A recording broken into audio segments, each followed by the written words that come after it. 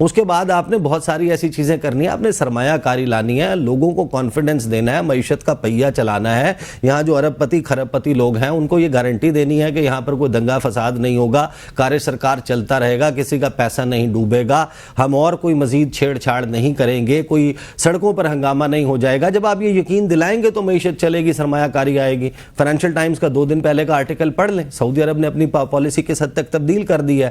$925 ارب کا ان کا جو ویلفیئر سوورن فنڈ ہے, PIF ہے, پب فنڈ ہے, اس میں سے تو پیسے انہوں نے باہر لگانا چھوڑ دیے ہیں. تو ہماری تو ساری آس ہی سعودی عرب پہ تھی کہ وہاں سے ہمیں لگ بھگ $25 ارب مل جائے گا.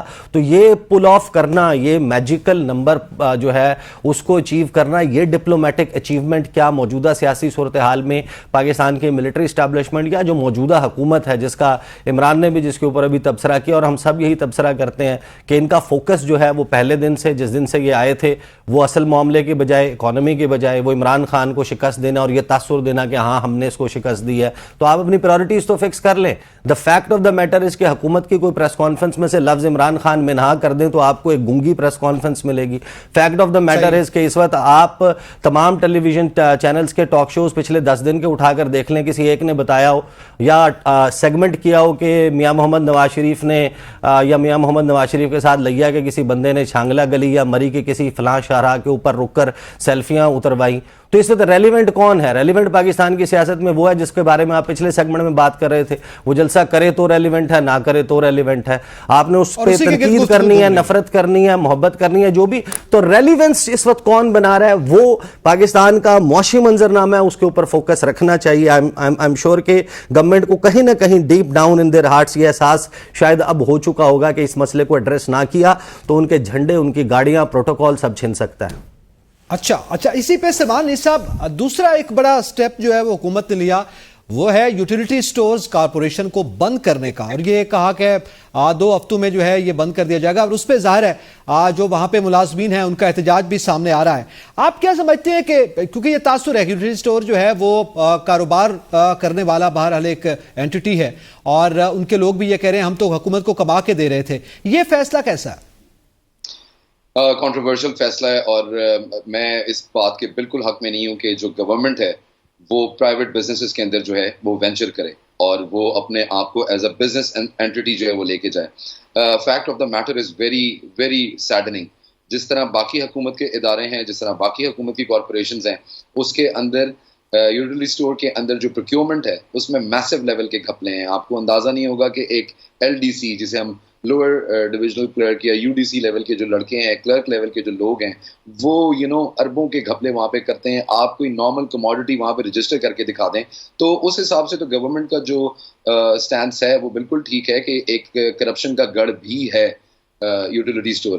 اور جہاں تک آپ لوگوں کا یہ نیریٹو ہے کہ جو گورنمنٹ کی مشینری ہے وہ آلریڈی جو پرائس چیک ہے اور میکانزمز ہیں ان کو ٹھیک جو ہے وہ فالو نہیں کر پا رہی, اور یہ ایک ایسی جگہ ہے جہاں سے لوگوں کو سبسڈائزڈ ریٹ کے اوپر چیزیں مل جاتی ہیں.